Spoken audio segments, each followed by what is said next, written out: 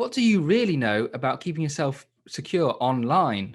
We've all had to deal with being much more online over the past year, and that's something that, while useful to us, does put us at risk of cyber attacks and other threats to our privacy. So, how do we stay safe online, and what do we actually really know about it? I'm Danny Palmer. This is ZDNet Security Update, and with me to discuss how to keep your privacy safe online is Troy Hunt, Digital Security Advisor at NordVPN. Thanks for joining me, Troy. So, first of all, what has changed over the last year in terms of how people react and know about keeping themselves safe online? Well, obviously, the main thing that's changed over the last year is everyone has been forced online to do a whole bunch of things that they might not have done otherwise. I mean, I was just thinking about, as you said, that even for me, there's a lot of things I've bought online in the last year that I wouldn't have bought before. Not always successfully, but I haven't really had a choice.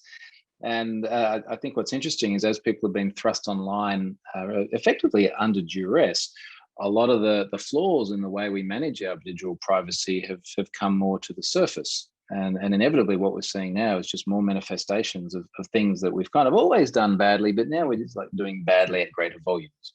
So, what are some of those digital flaws? You mentioned there about buying things online. I know that usually in the before times, I suppose you'd call it, I'd buy things from a few sort of trusted vendors. Nowadays, sometimes it feels as if it's harder to get stuff from places where you trust. So sometimes you find yourself looking at, oh, this smaller vendor I may not heard about, where you sometimes will find that this one wants my card details rather than wanting to use something like PayPal or anything like that. And it's just little things which have slightly changed how we all operate online. Well, I mean, I've found for myself some of the things that I've bought online over the last year that I would not have bought in previous times have been things like furniture. Now, I have had very mixed success buying furniture online in the same way as I've had very mixed success buying clothes online.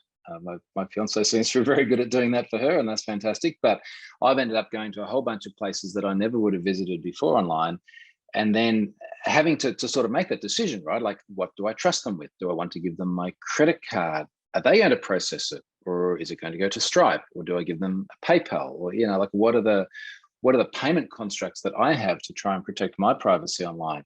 And look, it's hard for all of us. It's hard for me, and I get to think about this every day. So what's it going to be like for most people?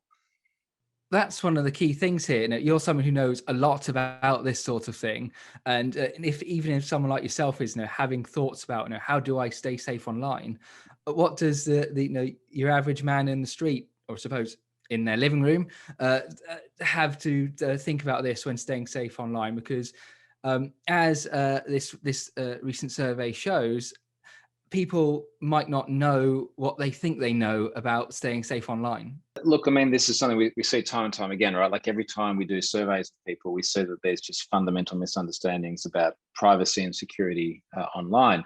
But I think maybe two ways to look at this is that number one, like bad incidents are going to happen to all of us. So I am personally in, I think, 25 data breaches, and have I been pwned? So these are just the ones I know of. Like there's probably a whole bunch of others I don't even know about. Now I can't stop that from happening. So that's kind of the first thing. But the second thing is that I can mitigate the risk. So when we come to things like privacy, I mitigate the risk by trying to only share as much information as what I need to. When that website says, hey, why don't you leave your date of birth so that we can send you a birthday email? It's like, probably don't need more email. Like let's not put that in. Or it's going to be the 1st of January, like one of these things. So we're all going to be subject to online incidents that impact our security and privacy, but we can take steps to mitigate the impact when that happens. It's one of those things where people are very keen to put information about themselves online. For example, when Facebook started 15, 16 years ago now, people were sharing a lot of their personal information on there, names, date of birth, hobbies, political views, marital status. And all this information is out there for a lot of people. And in some cases, they may not realize that this information is set to public, because of course there's all the privacy measures you can set on Facebook, but I still see a lot of people I know, you see them posting their posts, and you can see that it's set to public rather than friends only. And I'm left thinking, do they know that this is set to public? And it's one of those things there, and I think, well, is it my business to tell them or not? And it's just one of those things where so much of our lives are online now, as you say, that there's so much we have to think about when it comes to privacy. I think the thing that we need to recognize there is that privacy is something that is different for each and every person. I've had, between you and me in the audience, I've had an interesting case in recent weeks where someone has been trying to dox me. You know, they're going to release all this information to identify who I am and who my family is and where I live and everything. And they've gone and they've grabbed all of these photos, and there's me and there's my kids and there's my fiance, and you sort of look at it and go, oh, gee, that looks bad. I've published all this publicly, consciously. So my personal privacy position has been that there's a bunch of information I am willing to publish publicly and share with other people. Now, there are other people who do not want anything of their children online at all until, for argument's sake, they're 13 and they're of that sort of copper age in the US, or maybe until they're old enough just to make the decision for themselves. And that's fine.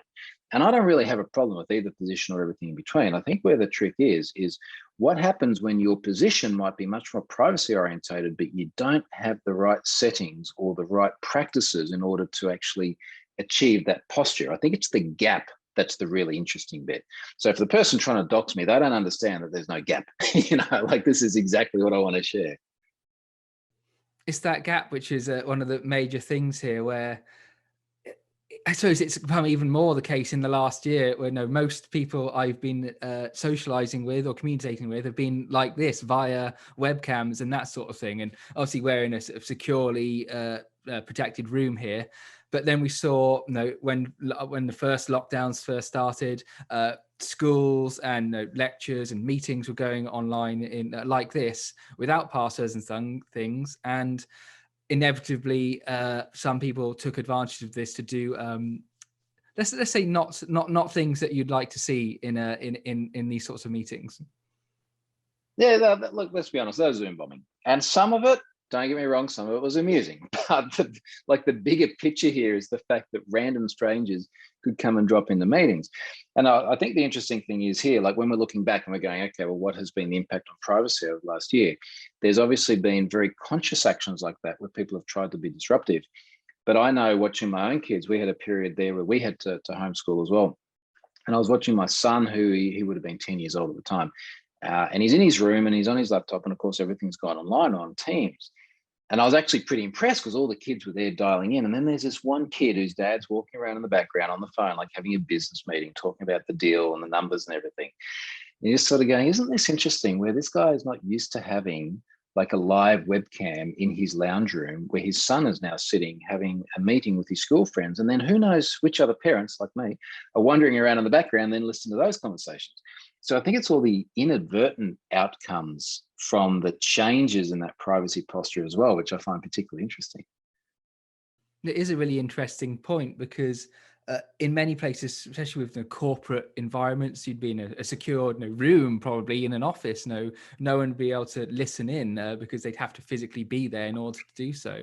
But now so many people are doing their enterprise jobs and dealing with sensitive information, sensitive info, numbers, and may not be taking that into account when it comes to how their privacy model is operating at home. Because as we know, for a lot of people, the last year has been the first time they've experienced working from home, and it's been a sudden change, and their privacy models may not have quite adapted yet. Yeah, and it's, again, we sort of come back to this point of this happened under duress, right? Like, we didn't get time to plan this. And I feel really sympathetic for all the organizations who maybe they were a little bit behind the 8 ball in terms of the modern thinking about work-life balance and virtual offices and all the rest of it. But then they had this event happen, and it's like, we now, like, it just, in order to remain sustainable and to keep our people employed and to keep profitable, we now have to suddenly adapt to something that we never had time to plan. And had we done this under normal circumstances, it would have taken many months, if not years, to get to the position that we had to achieve in some cases, like 4, 6, 8 weeks, like just about no time at all. And that has inevitably led to a bunch of the issues that we've seen, such as the Zoom bombing situation, because people didn't have the opportunity to learn how to use the tools and be trained properly before the whole thing hit. So is the natural next question here is, what can people do to make sure that they are staying safe online, both in their personal lives and their professional lives? So basically all the stuff that we've been saying for years and years and years, you should do. So particularly when we talk about it in a COVID era when people are spending even more time online, really, really practical things. Being selective about how much information you want to share. Like, I love that old premise of you cannot lose what you do not have. If I don't give my date of birth to this website, they're never going to leak it. Yes, they might leak my email address, but that's kind of quasi-public insofar as the only way I get email is I give it to other people and then they send me messages. So I'm not as worried about that. I'm worried about the personal things. Obviously, just being a little bit selective as well around what are the services that you're going to entrust any data with at all. I certainly had an occasion just the other day. In fact, I remember I was going to buy some filament for a 3D printer. And it's like, all right, I've never had to do this before. Where do I go? And one of the websites just, it's almost like you walk into a physical store sometimes and you're like, oh, this place doesn't feel good. I don't think I'm going to be putting my credit card details into this form. So you've got to be a little bit selective about that. The payment mechanisms we use as well. We mentioned PayPal before. Things like PayPal have generally got pretty good fraud detection and reimbursements if things go wrong. Many credit cards are similar. Having, say, a debit card, maybe not such a good idea. You probably don't really want to give your bank account details to a service which can then make direct debits unless you're really, really confident in who it is. So a lot of this really is sort of applying the common sense measure. And then you just got to do that under duress without the time to plan for it. That's the trick at the moment. The circumstances of all of this have led to cyber criminals trying to take advantage as well. I got a text message just yesterday saying your Royal Mail package has been, we couldn't deliver it. So click here to see what notes to rearrange it. No, I'm expecting some packages at the moment. But I looked at the link and thought, okay, that part of me initially went, okay, I am expecting a message or a package. But then I thought, no, this isn't right. And I investigated the link on a sort of secure browser, and it would look like, the exact copy of Royal Mail, but it just had the thing where it didn't have any actual personal details in. It just said you went to that, and then it said click here to basically pay a fee for your redelivery, which isn't a thing here. You don't pay Royal Mail to redeliver your package, but I suppose a lot of people might not know that. So there's an element here where cyber criminals have been trying to take advantage of this sort of thing, and it's become really tricky for people to stay safe because we're already dealing with extra pressures and have been for a long time, and you've got this on top of it as well. So I think there's a two-part response to that, and part one is that, like, all the same things that we've been dealing with in the past in terms of like phishing and social engineering is still a thing. But in many ways it's worse because, I mean, something like the package example, I've certainly had these before as well, because you and I, like everybody else, is now expecting more packages than what we ever had before because we're not going out and doing as much in-person stuff as we used to. So all of that stuff is still a problem. It's just the volume is turned up on it now.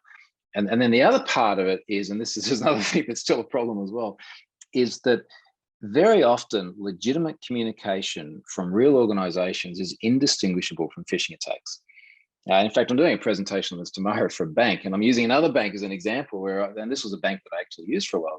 I had an email from them once, and it said, "Hey Troy, we've got a new app, a new iOS app. Click here to get the app." And I'm looking at it going, like, when I get an email telling me to click a link and install something, it's always a bit, it's always a bit fishy. So I will hover my mouse over the link and I'll see if it's got the bank's URL, knowing full well that all of us are terrible at actually reading URLs as well, but we'll see. And it was something completely different. It was like mkt053.something.com. I'm like, come on, you're not even trying here. And then as circumstance would have it, I end up doing a presentation for that bank. I showed them this and they're like, well, actually, this is legitimate. And the InfoSec people are just going, oh, not the marketing department again. Because this is the problem where organizations, legitimate ones, are emulating precisely the same patterns that we see from phishers. So how's your average person meant to figure that out? The ones I see that work really well. So when we get a message from the government via our MyGov platform here in Australia, where, for example, you've made a change to your tax structure or something like that, they will send you an email and say, you have a message. Go to the MyGov website and log on. No URL, no click here, no download anything. It's like literally just leave. You go figure it out yourself. Because if you go to Google and you Google MyGov, you'll almost certainly end up in the right place. But it's interesting how we get organizations like that trying to, I guess, reinforce the positive behaviors, but so many others are just looking exactly like scams anyway. That came up with for me last year, as we actually discussed when my bank card was turned up to being used in South America. I got an alert from my bank going, "Oh, is this you? Did you use your card here? Click here to tell us." And I was like, "Is this some sort of double or triple?" So I end up, going to my bank's website, calling them up and going, "Is this message legit?" And they said, "Yeah." It's like, okay, now I have to figure out can you now cancel my card, please? Because I'm not in South America. And it's just these little things where, as you say, there's, I won't name names. There's quite a well-known payment site where their emails to me, they just scream phishing email to me when I see them, even though they're not. They just come across that way, and it's just so confusing when people are being told to, "Oh, you must stay safe online." Then your legitimate services just going, click here. Well, I think part of the problem is that phishing signals are often indistinguishable from positive user experience attributes. So, for example, putting a link here to make it's easy when you got a link, because you just click on it and you go straight to the right place, and it deep links you through to that potentially fraudulent transaction so you can review it straight away. That is a much nicer user experience than saying, go to your bank and try and find it, good luck. But of course, that whole premise of trying to draw people down the garden path so that they go and click on something which they wouldn't naturally do, that is the sign of a potential phishing attack. But it's also the sign of good usability. So here we are in this paradox again. I suppose to wrap up here, what can organizations be doing to help keep their employees safe while online? Because they're working remotely, and that can lead to situations where not only can phishing attacks try and take advantage of their personal details, phishing attacks and privacy violations can also lead to consequences on a corporate level as well. Yeah, and this is where I think organizations have got to be very conscious that these little people, these beacons that they've now got all over the place, sitting in their homerooms sounds like they're at school, sitting at home in their rooms, they are now all threats into the organization. So I guess there's a combination of things. There's always the education piece. We kind of have to do it. We know it's only so effective because humans, of course, are ultimately fallible. It's unfortunately the organic matter behind the keyboard, which is often the vulnerable part of the loop. So they need to be complemented by digital controls. So what sort of digital controls can we give people? Things like a VPN are obviously very logical solutions. Like, let's take out all of the intermediaries where things can go wrong. And particularly where a VPN will do things like say, look, there are known bad sites. We're not going to let you go to the known bad sites. It's not going to be a free-for-all. Positive steps there. Other controls around ingress and egress data and locations. Once we know that a site is a phishing site, let's not let people go there. There's plenty of tooling there to try and reduce that risk. Even looking at, is there unusual behavior? So things like user behavioral analytics are becoming a big thing. Bob normally comes into the office, or virtually comes in these days, logs onto the sales department, pulls down some data and does his spreadsheet. One day, Bob logs in from Beijing and pulls down 5 gigabytes of marketing data. Maybe it's not Bob. So we are getting more intelligent systems as well. And we need to have that balance of the education and the training with the technology to back it up and help us out when things do go wrong. Thanks, Troy. That's some great advice, and hopefully anyone watching this can find out these additional ways to keep themselves secure online, both at a professional and a personal level. Thanks for joining me on ZDNet Security Update. And for more information on how to keep yourself safe online, subscribe to this video series, and of course, keep reading ZDNet. Thanks for watching.